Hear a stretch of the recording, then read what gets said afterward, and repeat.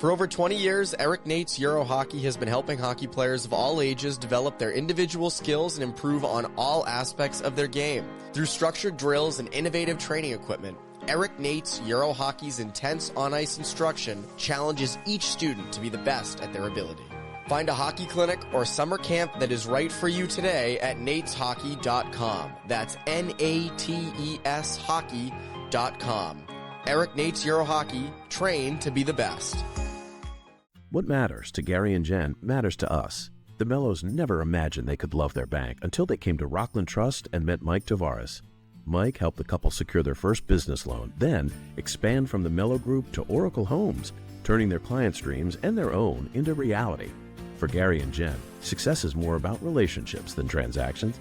It's knowing Mike has always believed in their foundation and is here to help them build on it. At Rockland Trust, you matter.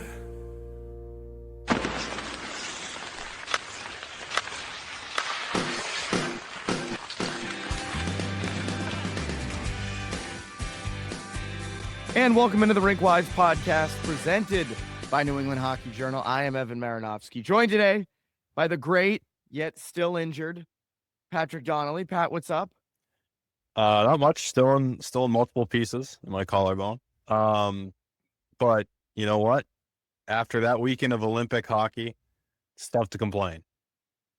It is. I go back to overtime last week when we were debating Stanley Cup versus gold medal, and I still think a cup is probably bigger long term.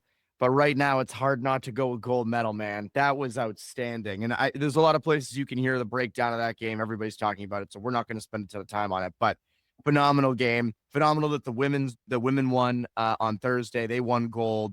Another close one. I got a little worried there. I thought that'd be a little different. I thought the U.S. roll in that game. But 2 gold medals, no complaints, all good there.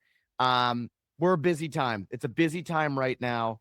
And usually we start with prep, last week of the regular season. But I want to start actually with the MIAA because brackets came out over the weekend. You can go check out all the brackets, the schedules, the scores throughout the entire tournament on hockeyjournal.com. I also want to invite people to subscribe to us on YouTube. We are so close to 1,000 subs. Be sick if we could hit 1,000 subs during the playoff push. It would be really cool. Make sure to go do that. We'll do something fun for it. I think we're like 977 last time I checked. So go subscribe. It's free. You get notified when the videos drop. You get to be first to, unfortunately, watch or listen to us, which good or bad. But go subscribe over there. We'll start with MIAA brackets. I want to start with boys, and I want to do a little disclaimer. Tewksbury and Canton ranked all year, talked about them all year.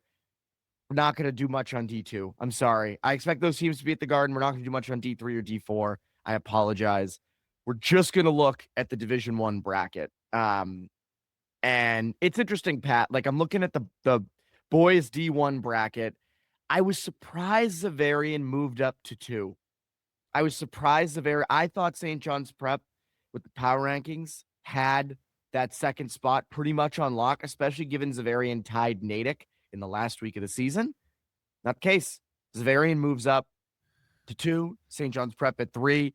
CM, no question about it, was number 1. And then Arlington gets that 4th number 1 seed in their quadrant. So I think my main take, my predictions are already up on the website, is, I was looking back last year, Pat, and there weren't a lot of upsets in the first round. There's only one. It was, I think, Barnstable, who was 24th, over Reading, who was 9th. So maybe this is the year that switches and there's a ton of upsets. I just wouldn't be shocked if a lot of this went chalk. That's what I'll say. Fair enough. And, we talk about it all the time. What makes the MIAA tournament great is the upsets and the Cinderella runs. Judging by, you already said it, and judging by your predictions. You don't have a ton of that. But are there any sleepers? We mentioned the top 4 teams, but are there any teams outside of that top 4 or even further down the bracket that are catching your eye? No question. I look at, and I didn't include them in my story, the sleeper story, because I like you, Pat, I cut it off at top 5. You can't be a sleeper. But I do have number 5 Reading going to the semifinal. I think they are rolling right now. They play low-scoring physical hockey, which is what works come March. And I think that, if they get through their side of the bracket, they're going to face Arlington to get out of that part of the bracket. And they have familiarity. They just beat them 4-0. They've actually both beat each other 4-0 this season. So I look at that. I look at Reading as a potential one that isn't a top seed going. Wachusett is interesting to me. I picked them over Winchester, which I think most people would probably pick Winchester. Wachusett's won a ton this year. They don't have the strength of schedule. They're 18-1-1. They have firepower up front that's produced a lot. They have a 50-point getter. They have a 40-point getter, I believe. They're a team I could see making some noise. And then I'm going to sound like a homer, but Framingham, I don't have them beating Arlington. I couldn't make myself do it because I was like, if I do that, I'm going to look like such a homer. But all I'm saying is I wouldn't be shocked if it happened. I like Arlington, but I think Framingham with Colin Walsh, that could pose an issue. I think that's at least a close game. So those are mine on the left side of the bracket. And then on the right, like I could see Marshfield giving Xaverian some problems if they get past Natick. Pope Francis is like my ultimate quote unquote sleeper as the 7 seed. I look at Pope Francis. I have Pope Francis beating Xaverian and moving on to not just the semifinal, but I have them moving on to the final. Pat, I was sitting through my bracket and I was like, I could see this year being the year that it's CM St. John's Prep in the final. It makes perfect sense. They're on opposite sides of the bracket. I could see it. But then I was doing the Pope Francis side by side with St. John's Prep, which is who they would play in the semifinal. And I kept seeing advantages for Pope Francis. And I was at that Pete Frady's Winter Classic Championship game when St. John's Prep won. I think it was 3-2. It was either or game. That was back in December, but that could have went either way. And so Pope Francis is playing a lot better than they were then. I have them with a lot of advantages over St. John's Prep, so that's why I have Pope going as deep as they do.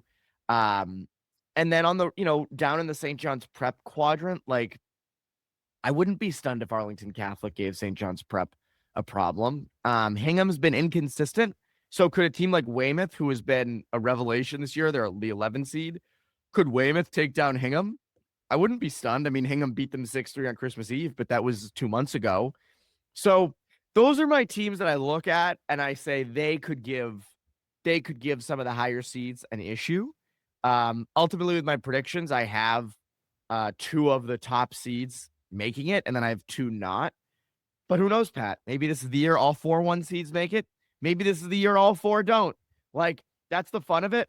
I like to pick championships with like 1 top seed and then 1 team that's like lower in the top 10. So we'll see. We'll see. Yeah, a lot of chalk in this bracket outside of Pope. Like you said, you have them in CM in the final. You picked CM. Let's stick your name to it right here, right now. Back your pickup. Yeah, I mean, I picked number 1 Pope Francis last year. I think Pope Francis and Belmont to go to the championship last year, which Pope Francis I think fell in the semis. Belmont fell before then. I have CM Pope Francis in the final. CM to me has been a tier above all year. If you've listened to this podcast, you know that's how I feel. I think they have a great combo of depth and skill up front. Depth and skill. They won it last year, so they have the experience. On D, they have, I believe James Baker's back now. They have a lot of youth, but good slick puck movers, good skaters, and I think they close on guys quick. And then in net, you have Jackson Fleming, who is the X factor of all X factors.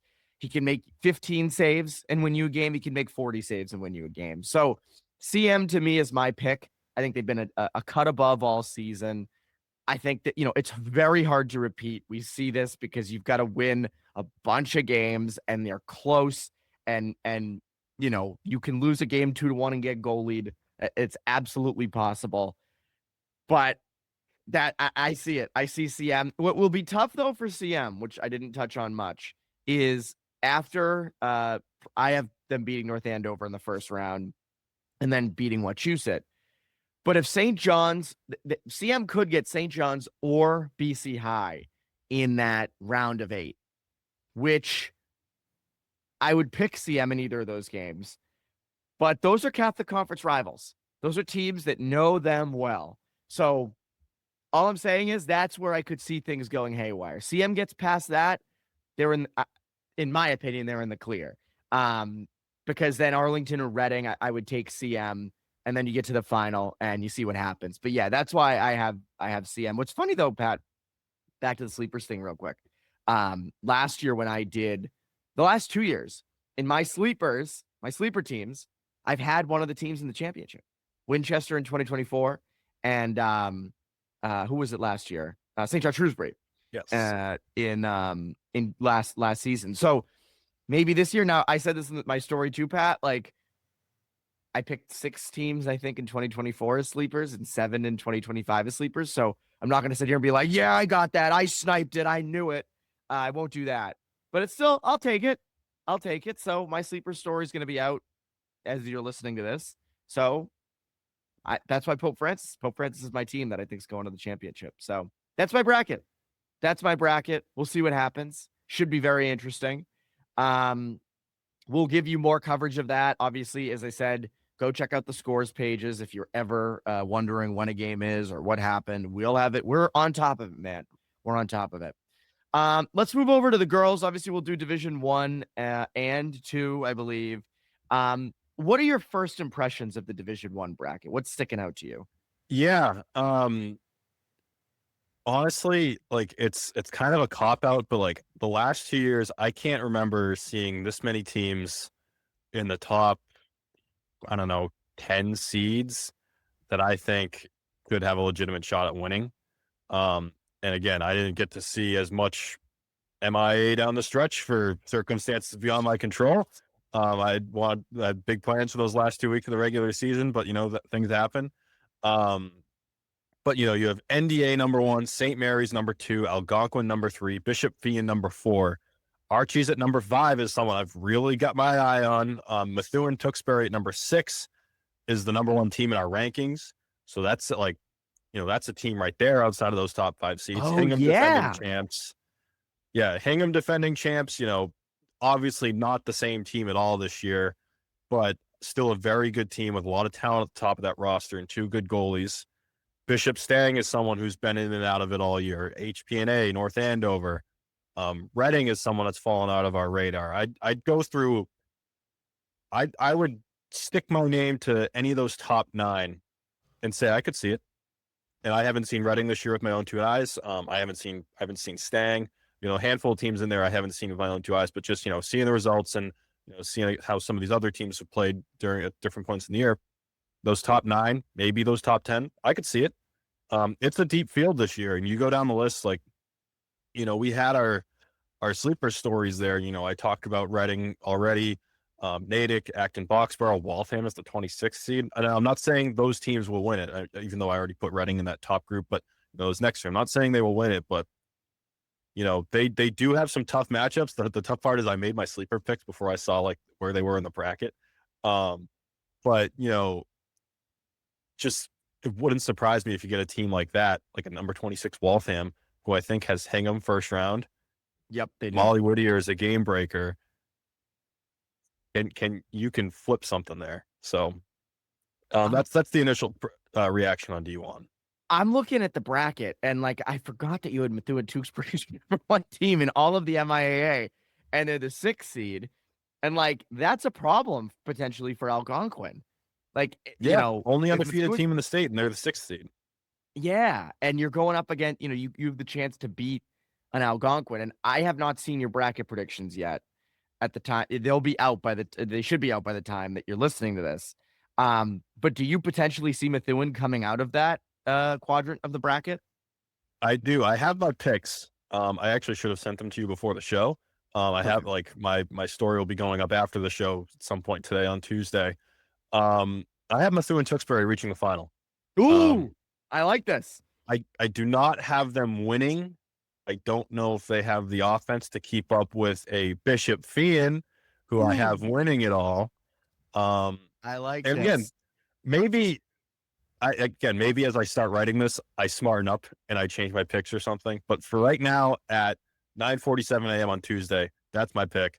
I have NDA against Feion in the finals. I have Reading and Methuen Tewksbury in the semifinals. I should say NDA and Feion in the semifinals.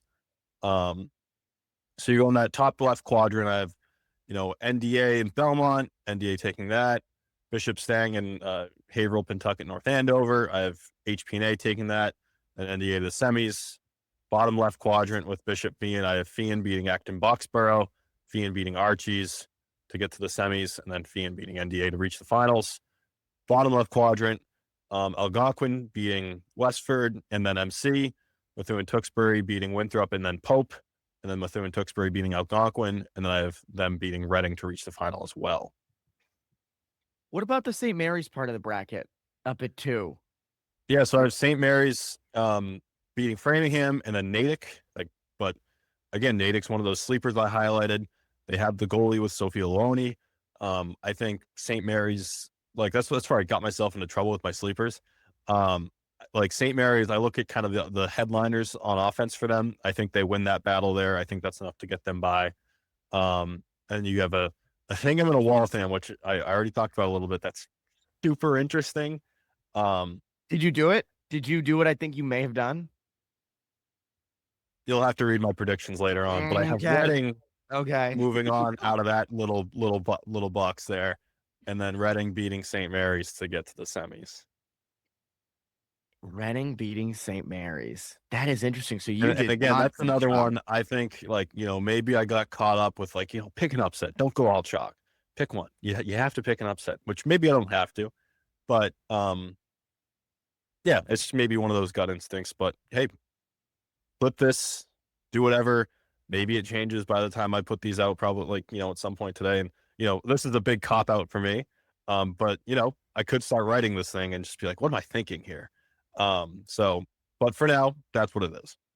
I like it. I love that. Also, a thing on our sleepers, because you mentioned I look hypocritical with having a sleeper lose. The whole point of sleepers is to throw these teams at a wall and see which one can beat a top seed. It's just, hey, wouldn't be shocked. Not saying it's going to happen. Not saying that Waltham is definitely going to beat Hingham, but I'm just saying could happen. Yeah, wouldn't be shocked. Keep your eyes on it. Get something to watch, something to monitor. Yeah. And a couple of things I mentioned just very quickly on D1, I mentioned Fian, they beat Algonquin. Algonquin is no longer undefeated. They beat them 5-2. Georgia Murray is still cooking. And they're getting contributions throughout the lineup. And then, you get Archies that beats a Hingham. Hingham also lost to Westwood, number 1 seed in D2. But Archies is freaking, it's the weekly Archies and Bishop Fian check-in. They are freaking rolling. They've won 2 in a row, but they've also won 7 of their last 8 and 10 of their last, I think 13. So they're rolling and they're healthy. Izzy O'Brien's been back in the lineup for a few weeks now. Julie Murphy is back in the lineup. That's a series team that's getting healthy and playing some really good hockey at the right time. And as the 5th seed, I would watch out. It'll be interesting to see. I'm very curious to see also if your picks change at all when I read your story later. Because I, like you, Pat, I sat down on Sunday and I have my little notebook. You can't see it because of the background, but I have my notebook and I draw the bracket out and I handwrite my picks. And then when I go to write it, sometimes I'm like, I don't know if I really agree with that. I had St. John's Prep beating Pope Francis initially to get to the final. And then I was like, actually, I don't know if I believe that. I think there's more justification for Pope. So that's how it goes. It could change, but I like that, Pat.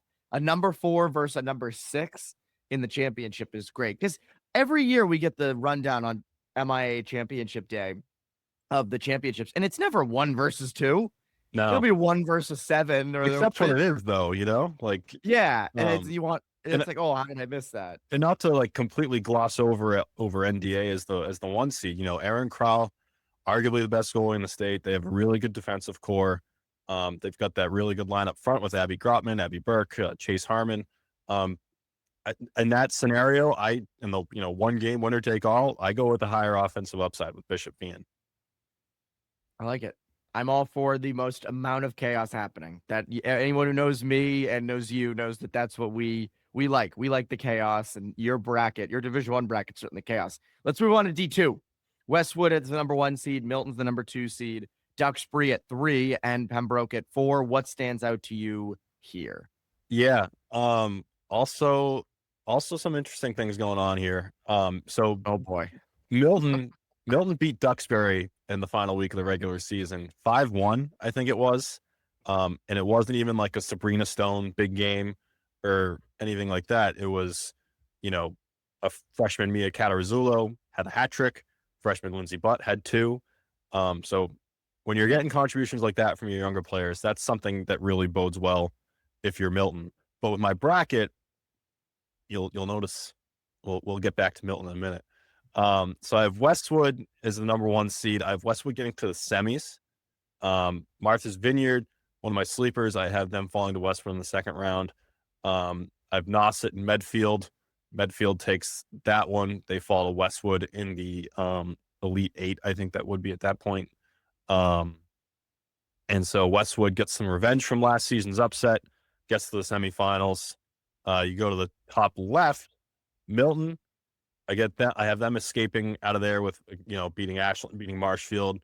Dennis Yarmouth falls to NSA in the second round. NSA falls to Milton in the third round. Milton reaches the semifinals. Then we get to Duxbury. I got Duxbury reaching the semifinals as well. They beat Marblehead. They beat Sandwich. Auburn beats Masco. Falmouth beats Leominster. I have Falmouth upsetting Auburn. Falmouth is one of my sleepers. I think, you have 2 50-point scorers on your team and some solid goaltending. That's what you want coming into the tournament. You want that nuclear option. And, obviously, not every tournament game is going to be high scoring and, you're going to need your goalie to steal the game, here and there. But I like the way things kind of stack up for Falmouth there with their top guns. I've Duxbury beating Falmouth. So Milton, Duxbury, and then Westwood against, you get down to the Pembroke quadrant here of Pembroke beating Hanover to get to the, third round.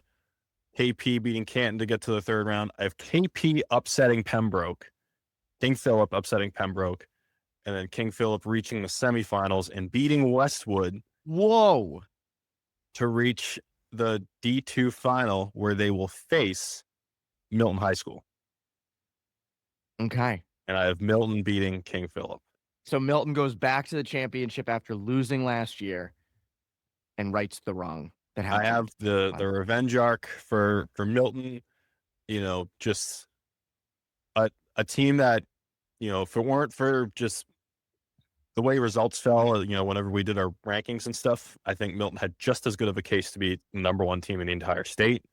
You have the top guns. You have Sabrina Stone, Naomi Fair, Noel Gorham, those 2 freshmen we just mentioned, Mia Catarazzulo, who's been, great all season long, Lindsay Butt, Sierra Hart in net, Marin Hart on defense. They have quote unquote, like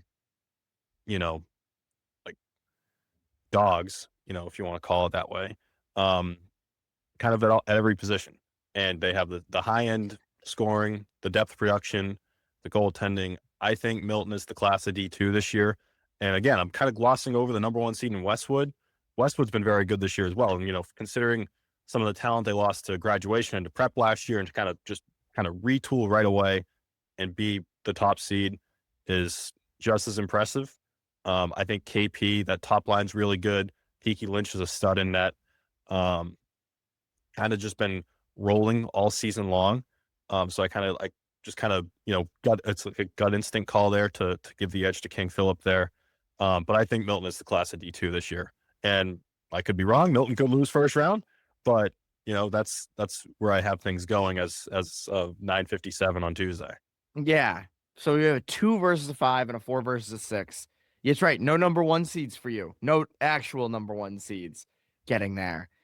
Is there anyone in D2 before we switch gears to prep here? Is there anybody in D2 that could be a big first round upset, like a 20 beating a 13 or a, some team in the 20s? Is there any team that you look at and say, I wouldn't be stunned about that? So all my sleepers were, I think, the 9, 10, 11, and then 17 seeds. I'm trying to pull them up now. So my sleepers were number 9 Medfield, which, again, wouldn't shock me if they made another run. Number 10 NSA, number 11 Falmouth, and the number 17 Martha's Vineyard.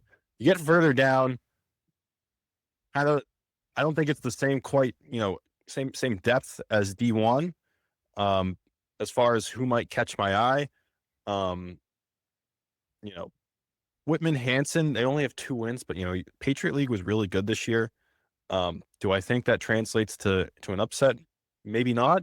Another team further down the teens that kind of sticks out is a Marshfield, kind of the same deal, battle tested. Dedham as well. They've, popped up here and there. But D2, I feel for the most part, really kind of favors those top 5-ish seeds this year. And you have 2 versus 5 in the final. That's incredible. I like these brackets. Not much chalk. I'd also keep an eye on Canton as the 12, and then Hanover and Sandwich 13-14. So like if we're looking for sorry to cut you off, but those sleepers, it's really like 9 through 17. I don't know if I would really call out any sleepers below Martha's Vineyard. Well, as I said with what I said earlier about sleepers, I feel like our sleepers aren't they're gonna win. They're gonna 29 Barnstable is gonna upset Pembroke at number 4. It's more so these sleepers that you have and that I have are gonna cause problems in that round of 16. That's when when they go up against a higher seed, they're gonna cause that team trouble. So interesting stuff. Make sure to go check out the brackets online. You can pick them apart. Some year, Pat, I say this every year, and the idea always comes to me 2 weeks before brackets, but I would love to do a thing where people submit their brackets and we do a bracket challenge. But yeah, that'd be fun just to see who has the best one and any perfect brackets. You and I, with our old NCAA.com background, that was a big deal around March Madness. So maybe someday we'll actually end up doing that. It was. You can win a subscription to the YouTube channel. We just won't tell you it's completely free. That's right. Yeah, exactly. Let's switch gears to prep. Boys prep. Pat, I watched Salisbury Avon. I watched it online. That was a 2.5-hour drive. Saturday was not able to do that. But I watched it online. And I'll say this, Pat, it was domination. It was thorough. It was enough that I said, you know what? For the first time in a couple weeks, months, I forget how long it's been, is a new number 1. Salisbury. Salisbury to me is number 1. Dexter's right behind it. It's not it's Salisbury is clearly 1. It's Salisbury's 1. Dexter's 2. It's very close. But watching Salisbury, how dominant they were, how big and physical and deep they are up front. They're not flashy, but they score. That first line led by Grayson Espenshade. Holy moly. He had a hat trick against Avon. He's been rolling. I mean, it works. And up front, they're hard to handle. They forecheck like hell.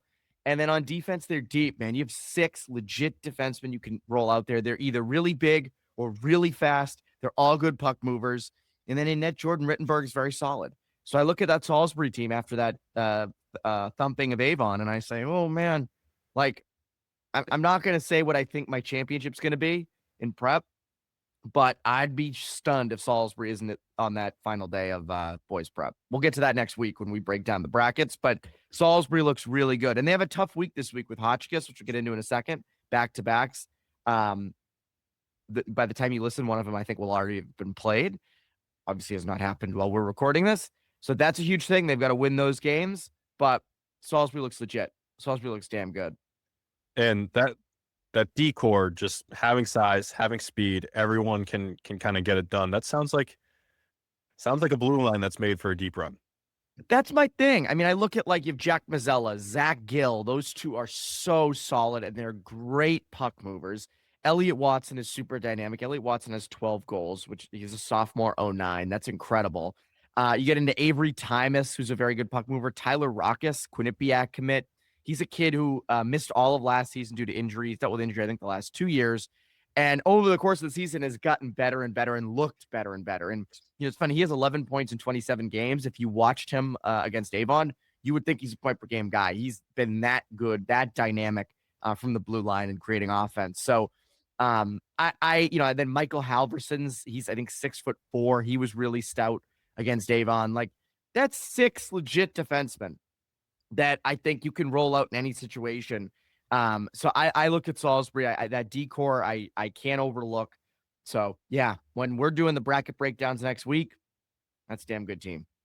Damn good team. So the team that was on the other side of it on Saturday, Avon Old Farms, it's kind of a redux of last year a little bit. What's going on with them? I would say it's been worse. I mean, they've lost 6 in a row. I was looking back, I was like, what was last year? Because it's Avon. The standard is so high.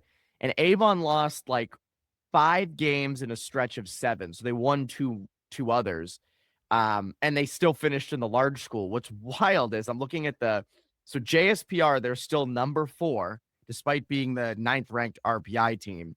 And projected playoff seedings, they were 4th yesterday. They're 5th today in the Elite 8. Now, again, I'm not going to argue with the algorithm because it's an algorithm. Like, I'm not going to argue with that. I'm just surprised they're still very much in the thick of things. I think it also speaks to how dominant they were up until the end of January. Like, they were 14-1-1 up until January 31st. So I do think, as much as we look at the hot teams down the stretch, a team like Winchendon, a team like Cushing, there's also like games in the top of the season are not less meaningful games at the end. They're still impactful. So they were 14-1-1, as much as we talk about Cushing and Winchendon having these crazy runs down the stretch. Avon had a crazy run up until February. So like, those games and wins should still matter. And I think that's why Avon is still very much in the Elite 8 field. Now, they do have a tough week this week. I think they had a game rescheduled. But again, Pomfret, well, they didn't play Monday against Pomfret. I think it's rescheduled for Thursday. But Pomfret, Canterbury, and Loomis, those are not easy games.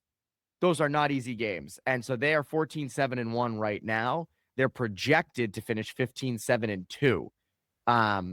So I don't think they factored in that Pomfret game into the projections, but they're projected to tie one of those games and still be in the thick of the Elite 8. So it'll be interesting to see what Avon does. They've got to win, though. This streak has to end. They've got to end this losing streak. I would assume it ends this week, but they've got to, they're bleeding. That's no question about it. Yeah, you don't want to be entering the playoffs, even if you're still in the Elite 8 or a higher seed in the large school. You don't want to be entering on that sort of streak. It's like a goal scoring slump or having the yips in golf or whatever. I just said the Y word. Don't say that. Like, you just got to see one go in. You got to see a score end in your way on the scoreboard at some point soon. Yeah, and I think that's something that they're struggling with. It's and I look at their results. We talked about the 6-0 loss, but again, they lost to Choate 5-4. Deerfield 3-1, Frederick Gunn 5-2, Westminster 4-2, Choate 4-3. Good for Choate, by the way. Getting 2 wins over Avon in the final month. That is outstanding stuff from Mike Pereira's team. But they're right there. It's not like they're Saturday was a blowout, but they also lost to Salisbury, who is higher ranked. So but the other games, they've been close. So, look, I think they'll snap out of it. It seems like they're headed for the Elite 8. I still would not want to play them in the Elite 8. Like, all season long, I thought that was the team in the top 3 teams. Like, there was a clear top tier of Dexter, Salisbury, and Avon. I still would not want to face Avon. Like, if Avon somehow falls to the 7 seed or even as the 5 seed, and we'll get to projected Elite 8 here in a bit, I would not be pumped about playing them in the first round. Not at all. So we've talked plenty about the projections already. Right now, projected Elite 8, Salisbury, Dexter, St. Mark's, St. Sebastian's, Avon Old Farms, Tabor, Kimball Union, and Cushing. There's still a lot that could change the back end of that. A lot. And I think we're going to see it'll probably be a different grouping of teams. What I have my eye on this week, as I mentioned earlier, that Hotchkiss 2-game set with Salisbury. Hotchkiss right now in the JSPR is 6th. So if they win like one of those games, I think they are in. Because I'm looking at the projected playoff seedings. They have Hotchkiss 15-5-4. Yeah, so the game, it's tough because games are getting rescheduled, so USHR doesn't have it fully updated yet. But if my guess is that if Hotchkiss can pull one of those out, they're probably still in, I would assume. But again, like I look at, I don't expect 1 and 2 to change. I expect Salisbury and Dexter to be the 1 and 2 seeds. Honestly, I expect St. Mark's to stay as number 3. To me, they are like when I was saying this to someone the other day, Pat, when I look at boys prep, Dexter and Salisbury are clearly in a tier above everybody. St. Mark's is in their own tier. They're close to that top tier, but not quite there, but they're right there. And then it's everybody else. It's everybody else in that next grouping. And like I have Kimball Union as number 4. They're projected at number 7. So that's not an easy matchup in these projected seedings for someone like a Dexter to get Kimball Union at 7. Cushing is crazy. What a week last week for Cushing. They lose to Andover 1-0, and you think like, all right, that's it. Like they're not going to be in the Elite Eight. They're going to be in that next grouping.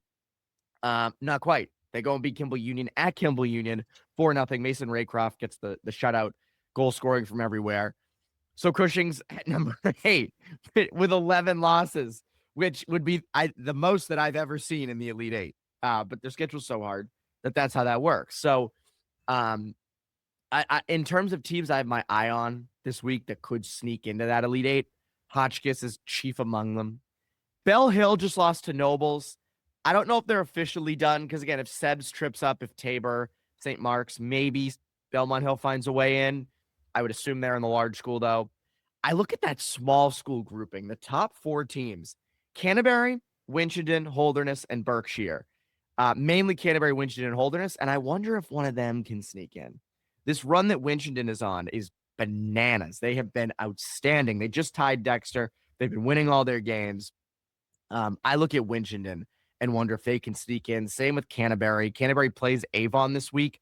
So if Canterbury could sneak a win against Avon, does that catapult them in? I don't know. So those are my teams that I'm watching this week, along with that Elite Eight field. I would sit here, Pat, and break down the large and small school brackets, but we're going to do that next week. So I don't feel like doing it 2 straight times of being like, oh, Brunswick and Andover in the large school. Who's going to win that? We'll do that next week. But that Elite Eight field. One other thought I have is like Sebs at 4. Wild. And I just mean like they were not even in my next 15 and they're the 4th ranked team. And I have them, I think, 5th in my rankings. But what a run. I mean, what a season that team has had. So a lot of credit to them. A couple other things that could throw a wrench into these projections. You mentioned the rescheduled games. There's more snow coming this week. Could be more headaches. There's also the Lakes region playoffs that are not factored into the projections. Still a lot going on. That's why you do the same thing on girls. We have to do it, and we have all our previews out next week. Those are written before. You switch a few things when the projections come out, and the teams that are going to be in it. So a team's blurb for the Elite Eight, if they fall in a large school, can just be used for a large school. It's tough this week, though, because there's so many unknowns. That you mentioned the snow. Games already got rescheduled from Monday to Tuesday or to Thursday. If more snow comes this week, which, as you said, Pat, post to Wednesday and Thursday, does that move? Like, what happens to those games? The games just not happen? I don't know. I genuinely don't know. Yeah. And then you have the Lakes region tournament, which, as you astutely pointed out a couple of weeks ago, is not factored into the projections because it's not officially on the schedule. So what does that do? It's going to be interesting. It's going to be a wild week. I know when we do our storylines to watch for the weekend, there could be some big ass storylines going into the weekend. So we'll see.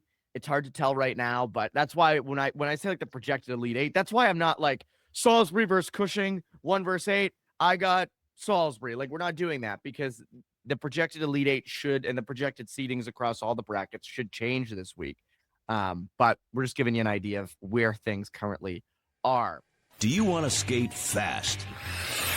For 50 years, Laura Stam instructors have taught youth players to pros how to skate correctly, powerfully, and fast.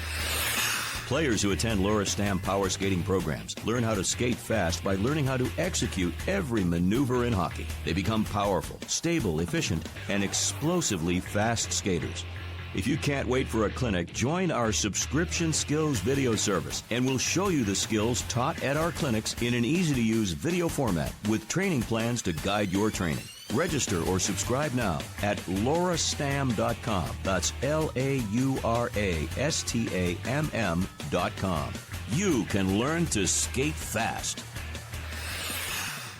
Let's move over to girls prep. I was stunned when I was reading your top 10, which went out Tuesday morning. I was editing it Monday night, and I was like, damn. Damn, quite a bit has changed. Yeah, I mean, gosh, I'm pretty steady in my rankings. I feel like, especially a year like this where it's like the top 11 teams have pretty much been the same all season. Everything went into a blender this week. Only one spot in the rankings stayed the same, and it was Tabor at 8. Everything else was different. Noble moves up to number 1. Unless things really go sideways this week, it's hard to not call Nobles the number one team. They're number one by every metric right now.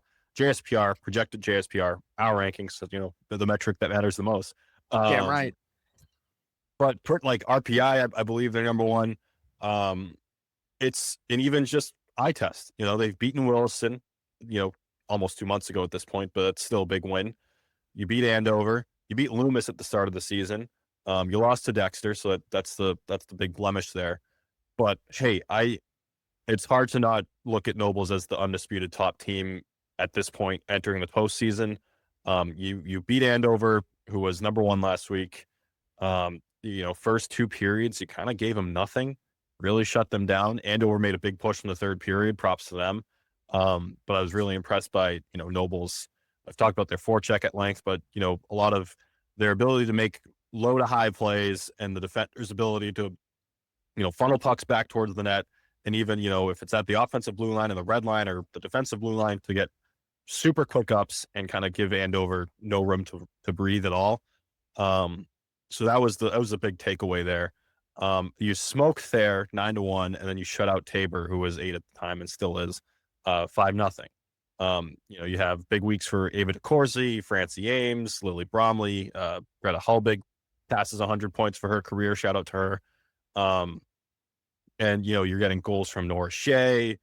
Some of your freshmen are stepping up. I think I mentioned Catherine McCool already. Like, you're getting contributions from everywhere. Rachel Zhao is still doing her thing. Like, they are firing on all cylinders. And, one thing I think is a big thing for Nobles in the postseason is if your offense dries up, you still have phenomenal defense and phenomenal goaltending. I think Anika Jonas can kind of get overlooked sometimes because she's on such a great team. And, she's a Yale commit. She's not starving for attention, I guess. If, I don't know if that's too blunt or anything, but, she's obviously very good, and, people realize that. But when you look at a team as good as they are in front of her, we're like, oh, Gold's not seeing that many shots. No, she's still seeing a decent amount of shots, and she's making really big saves. She made some huge saves against Andover, and she's kind of, the last 2 years as the starter, just kind of been as good as they come in the knapsack. So, even if your offense dries up, you're still in good hands if you're Nobles.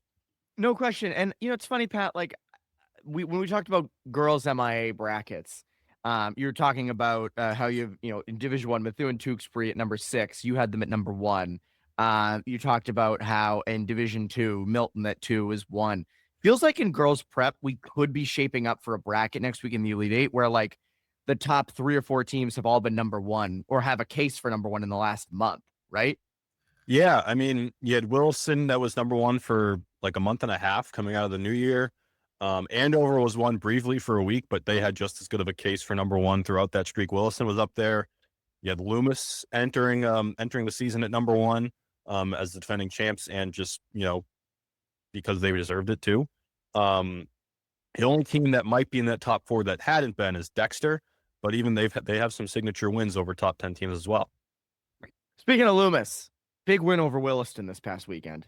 Yeah. They shut out Lawrenceville. I think it was 3-0, and then another 3-0 shutout over Williston.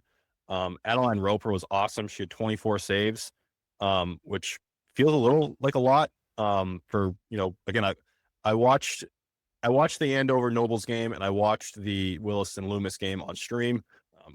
With the chicken wing right now, I cannot drive. So I'm confined to Live Barn.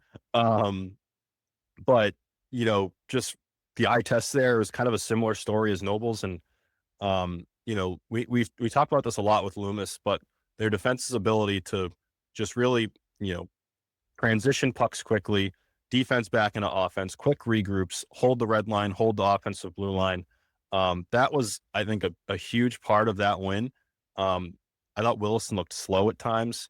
And again, that's just part of, what you get when Loomis is kind of turning things back around that quickly. It was kind of USA Canada-esque, where on the men's side, where you're kind of for like a period kind of surviving and just clearing pucks. And when you do get down the other way, it's kind of a little one and done. Williston's penalty kill was fantastic. Loomis had a power play goal that was just a terrific individual effort by Lindsay Stepnowski that happens. But I thought Willison's penalty kill was awesome. It gave them momentum early in the second period, and they couldn't capitalize. They had some great chances. Those go the other way. It's a completely different game. But Loomis gets on the board kind of after weathering that little storm. They add another. It was Lindsay Stepnowski, Annie Schwartz, Carly Dan. All three of them scored against Lawrenceville as well. Your big guns are really playing at a high level right now for Loomis, and they move up to number 2. And right now in the JSPR, they're, I think, still 3rd and projected to finish 5th. Ooh. So the algorithm does not respect Loomis as a top 3 team. Oh, no, it clearly doesn't. But a team that you respect that moved into the top 4 this week was Dexter. Yeah, Dexter, 5-0 shutout over New Hampton, 4-1 win over Cushing. Those are 2 playoff teams you beat. Sawyer Merrill had a huge week. She had 3 points in both games. Dexter's projected to finish at 4th in the JSPR. And they've won, let's count them up here. They've won 7 in a row, and 8 of 9.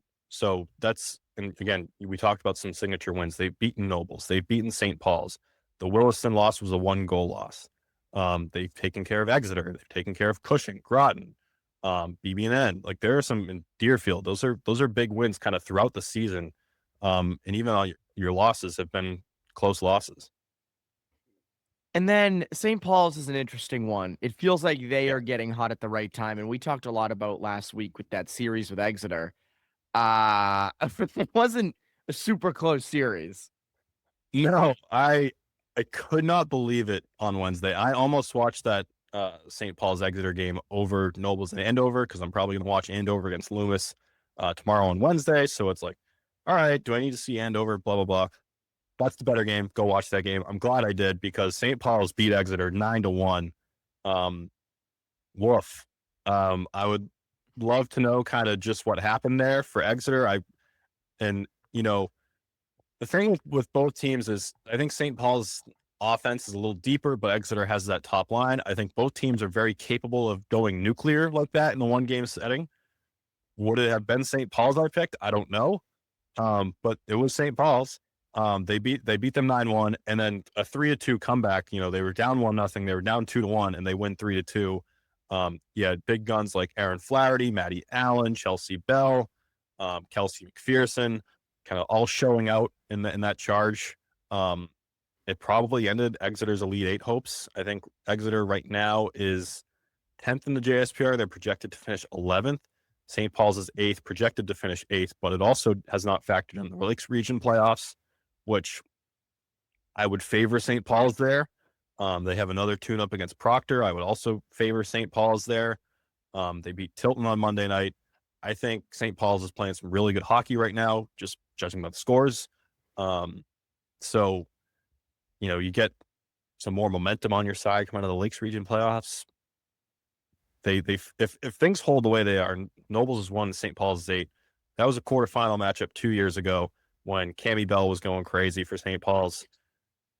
This year, I would give this St. Paul's team a better chance against this Nobles team. Does it happen? I don't know. Am I going to stick to that when we're doing our predictions in a week from now? Probably not. But as we sit here right now, like, hey, never say never, right? Especially when you have that nuclear option. I like that. I like where this is headed. You're feeling frisky this year, man. I am. It's my second cup of coffee. I'm buzzing. So let's throw it all out there. Hope it sticks. Yeah, I like this. Before we get into the current and projected JSPR, 2 teams that have entered the top 10 this week for you, Groton and Choate. Yeah, Groton's back in the top 10. They've kind of been in and out the back end all year. They fell out after, you lose to Dexter, you lose to Nobles. Those are 2 top 5 teams you lose to. If you're going to be an Elite 8 team, you hope to flip one of those in your favor. Don't. You beat Brooks this week. You beat St. George's this week. Big games for Tina Scalise. And you're kind of seniors there, like a Jalen Trudell. And then Choate's kind of the same deal where they struggled against, Williston, Loomis, understandable. But then you pick up 2 good wins against playoff teams like Berkshire and Taft. So it's deserving to get into the top 10. Are both of those teams in the Elite 8 hunt? I don't know. Groton's interesting. So they're 9th, and they don't have like potential upset potential this week against like a team ahead of them. but they have games against Thayer and St. Mark's, both teams that are projected to be in the playoff fields. Can you win both of those? And can you get, I assume, a lot of help elsewhere? That's Groton's path to maybe sneak in as number 8. I don't see it. Choate is currently 10th, I believe. Or They are. 12th, Choate is 10th projected. Choate is projected 10th. They're currently 12th. I had it flipped in my brain. Again, it's kind of the same deal. I just think the math is very stacked against Choate. They play Hotchkiss and Cushing this week. I don't know if 2 wins there and help does much for you. If anything, you're probably jockeying for large school seeding. But I think Choate has been, they've played a really tough schedule this year. They've been kind of steady all season long, whether it's Annie Forker, Natalie Beach, Kate Tortorella on D, Noelle Schaub in net. They're a team I'd absolutely watch out for as a higher seed in the large school tournament. No question. Then I'm looking at the projected and the current playoff seeding, the current Elite 8 and the projected. It's the same 8 teams, right? It's just different seeds, right? Yeah, so right now, top 5 goes Nobles and over Loomis, Williston, Dexter. Projected top 5 goes Nobles and over Williston, Dexter, and Loomis. So same mixture of teams, kind of like what we've said all year with that top 4, top 5 is put them anywhere you like. It's got to be those top 5 teams. How it shakes out is, up to the math. And then you have Tabor and Deerfield switching spots. Tabor is 7 right now. It has them going 6, vice versa for Deerfield. And then St. Paul's is right now holding on to 8. I'd be curious just if depending the way things fall for Deerfield or Tabor. Deerfield, we've talked about, I don't think we've talked about them, but just the opportunity they have this week against Williston and Loomis. If you flip one of those games or 2 of those games into wins, I'm not sure. I think they're projected to lose both, but if you can get an upset there, or say both don't go your way and you're at St. Paul's and you win out, it's just, I keep an eye on those final 3 spots and how those shake out. Wait a minute. How many games left does Tabor have? Tabor has, this is great radio. Tabor has St. George's and Berkshire. Who is the team that you just said had Deerfield? Deerfield. I'm sorry. I was looking at Tabor and I saw they get 2 wins. I was like, wait a minute. Do they project them to win? Yeah, they project Deerfield to lose both. Sorry about that. I thought that was the Tabor. So last year you had Deerfield kind of throw a wrench into everything when they beat Williston second in the last week of the regular season. Then they lost to Loomis in the finale in OT, but kind of made things interesting down there with 2 close games, one of them turning into a win against Williston. So we've seen it done before. That's why this week's going to be crazy. I think this week's going to end up being insane, both on the boys and the girls prep side. So that covers prep. Again, heads up, everybody. We will have all the bracket schedules, scores, results, predictions, breakdowns. We'll have that all starting Sunday through next week. Be wall to wall. It's a 1 week long sprint. Do we have enough time for overtime? I think we have like 5 minutes. Could we sneak in an overtime with our great producer, David? Yeah. I would be happy to throw some overtime at you guys, so let's go. Overtime. Yes, welcome back to Overtime, where I have 3 questions for both of our panelists here. And the Olympic glow is still in the air, boys, so I thought I'd ask you some questions picking up on the action we saw. Did you guys set your alarm to make sure you made it up for the gold medal game? Yep. Oh, yeah. Because you guys are young. You can get up early. I had to set my alarm. Anyway, very exciting, of course. First question, kind of something nobody's thinking about talking about, perhaps. But in the next Winter Olympics, I guess it's anyone's guess as to whether Russia will be competing as a country. And we don't analyze geopolitics on this particular podcast. However, assuming that the Russians could be back for the next Winter Olympics, would that change the dynamic? Which now we have, it's seemingly a 2-team race, although Canada did squeak by a couple games there. Anyway, that's my long-winded Bob Costas question for you. Evan, you can start first. What if Russia comes back? They definitely would be one of the, I would say, 3 favorites. I don't think I would take the U.S. against Russia. I would take Canada against Russia. I would still have those three. But again, as you alluded to, Czechia almost beats Canada. Sweden almost beats the U.S. Finland almost beats Canada. Like, I think it's closer than people think. We all got lucky with the U.S.-Canada gold medal. So Russia getting thrown in could provide a wild card or an upset, but that's all it is. It's an upset. I still would not pick Russia above Canada or the U.S. Okay. I believe the Russians playing as people from Russia and not Russia won the last time they won the gold the last time they competed. I'll confirm that. But Pat, your thoughts? Yeah, it's funny. I was actually just talking about this with my friends this morning over text. You know, what would have Russia done? I think they would have medaled this time around, probably bronze medal. Like I'm in the same boat as Evan. I don't think I'd put them over the U.S. or Canada. I mean, we were looking at their projected roster. Really good on the wings, really good on D, awesome in net. They're really weak down the middle. Evgeny Malkin is your number one center. So that probably doesn't improve in 4 years. You also probably take Alex Ovechkin out of the mix in 4 years. Unless he's still kicking around the KHL or wherever by then and just ripping one-timers. But I'd put them in a similar boat as like Finland, where, you know, upset potential, probably like a bronze medal caliber team. Mm-hmm. By the way, the players competing from Russia, as they were called in 2018, they did win the gold medal that year in hockey. So that'll be interesting. I mean, it's hard to imagine a more exciting storyline and result that we just saw, but Russia adds something completely different because they sort of are our natural enemy, where Canada is like our little brother who lives up north, you know. Anyway, next question. Keep this one simple. The U.S. women's hockey gold win.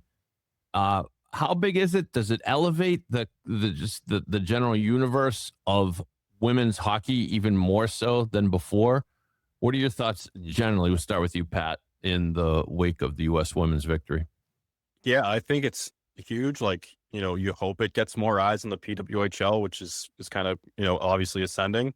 I think it's a massive statement for just kind of USA hockey, the way they dominated this tournament. And, you know, the last time they won gold, I think it was a shootout or it was OT. You know, you win the world championships this past year. USA has dominated the U18 women's world championships. So you see what, like, this USA hockey team on the women's side was all tons of young superstars supplanting the already like veteran kind of goats in their sport that have been doing it for the last 10, 15 years. And so to have kind of this next wave kind of announcing itself like this and truly dominating with a lot of talent coming behind them in the U18 level is, I think, just so exciting to think about the prospects for this women's team going forward. Evan, your thoughts? I think you see, like, you know, for years you heard about Hillary Knight and sort of that group of superstar women. And I think you see, you know, the Caroline Harveys, the Megan Kellers of the next generation. And that next generation is even better. And you can see it. Like Caroline Harvey, what a skater. Oh my God. Like, just absurd. And what about the next generation? Well, the next generation should be even better. I mean, more and more and more girls are playing hockey. And it's this US team winning gold is huge for that. You're gonna get more girls to want to play. You're gonna get more people to hopefully watch the PWHL and to watch women's hockey in general.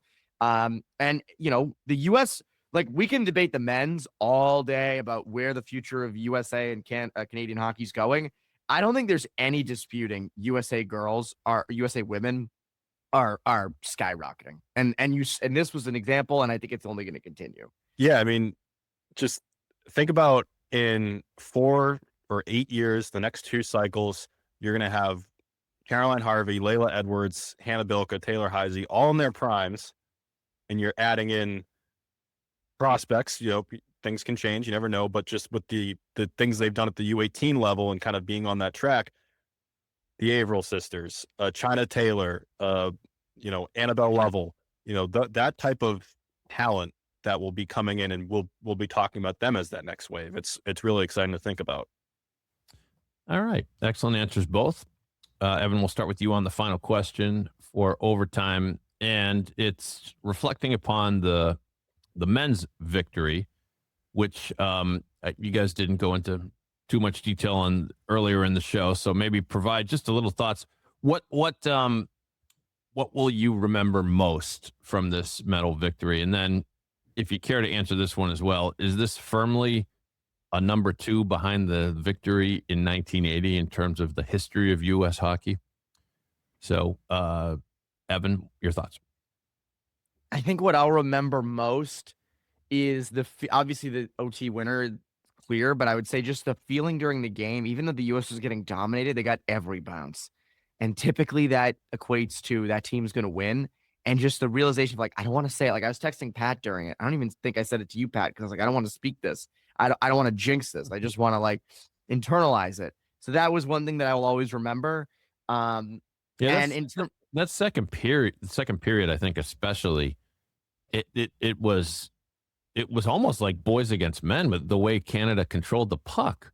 And, it just, I guess one of the great things about hockey is as long as you get enough breaks and you stay the course, you got a shot, which is what they got, right? And what that second period showed was, Canada dominates, they got a bunch of chances, and then US goes down with like 10 seconds left, and Brock Faber just chucks a shot on net, it hits both posts.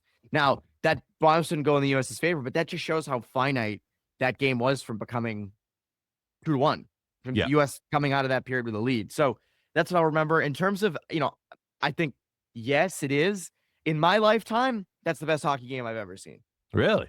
Best hockey game I've ever seen. Like, I still feel that way days later. I thought maybe I was saying that after because, like, oh, that's, prisoner of the moment type thing. I still feel that way. That was fast.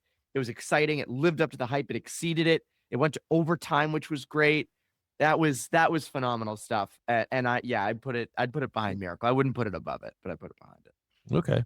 Pat, what will you remember most, and where does it rank? Yeah, I mean, obviously, aside from the overtime winner, like Evan said, I would say the feeling of, like, so I got to kind of go back a little bit, when Tuukka Rask, it's that 2019 run, and there was you couldn't talk about Tuukka Rask without already having your mind made up.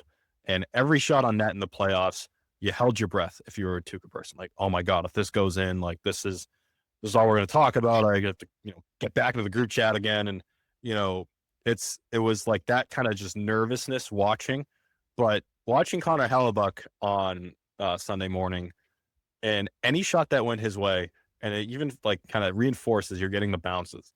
Any shot that went his way, and you're so confident it's not going in.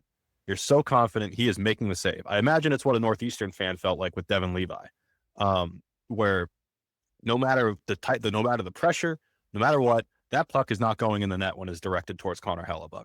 He made the saves. He got the bounces.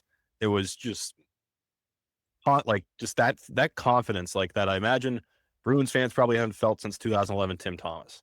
Of that type of goaltending was just so like cool to think about and be like, man, I was as kind of as all over the U.S. as I was texting Evan, like, just like, oh my God, this guy sucks and that guy sucks.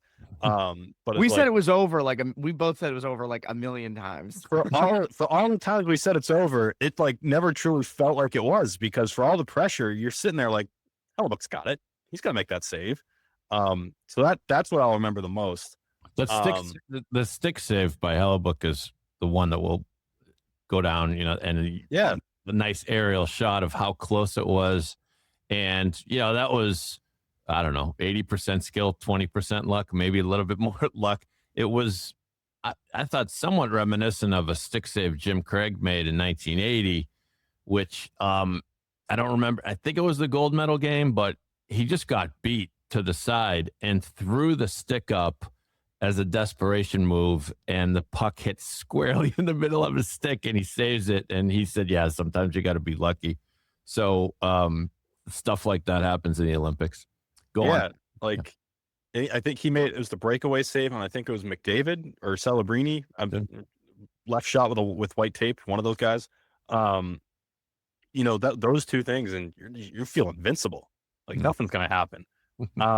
As far as where this ranks, it's 2 behind 1980. Like, I obviously wasn't alive, but like, it's probably fair to say, like, these guys probably aren't here without that 1980 team. Just if you want to play the butterfly effect of where hockey falls in the pantheon of, the U.S. sports and, the international stage and all, and the NHL and all that. Like, these things probably don't happen without 1980. Yep. Excellent point. All right. Happy gold medal to both of you, and tremendous job on overtime today. And back to you guys to wrap things up. Gold medal ending, which is great. Still riding the high. Riding the high. We'll have a lot of stuff for you. MIAA, prep, girls, boys prep, everything. You can check that out at hockeyjournal.com. That is RinkWise. That's Patrick Donnelly. I'm Evan Marinofsky. We will see you at the rinks.